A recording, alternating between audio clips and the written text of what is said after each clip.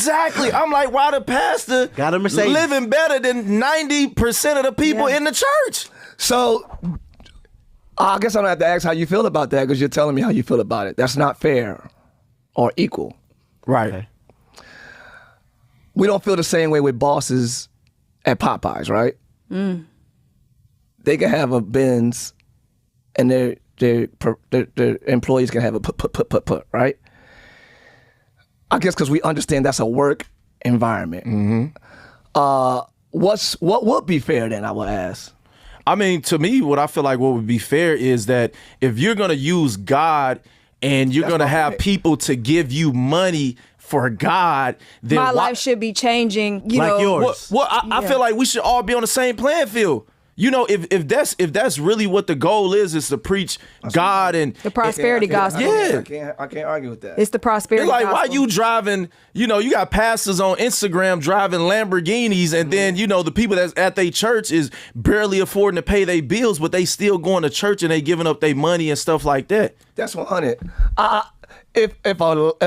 If you go to a church and who gives you money? Like your job gives you money. Right. Right. So you're going to get what your job gives you because that's your income from one place. I'm not saying that's all you got, but if a pastor's getting money from thousands, it's going to be more. You're saying it shouldn't all go to him. I just feel like at least act like I feel you, bro. act First of all, act I like feel you. I'm just everybody else.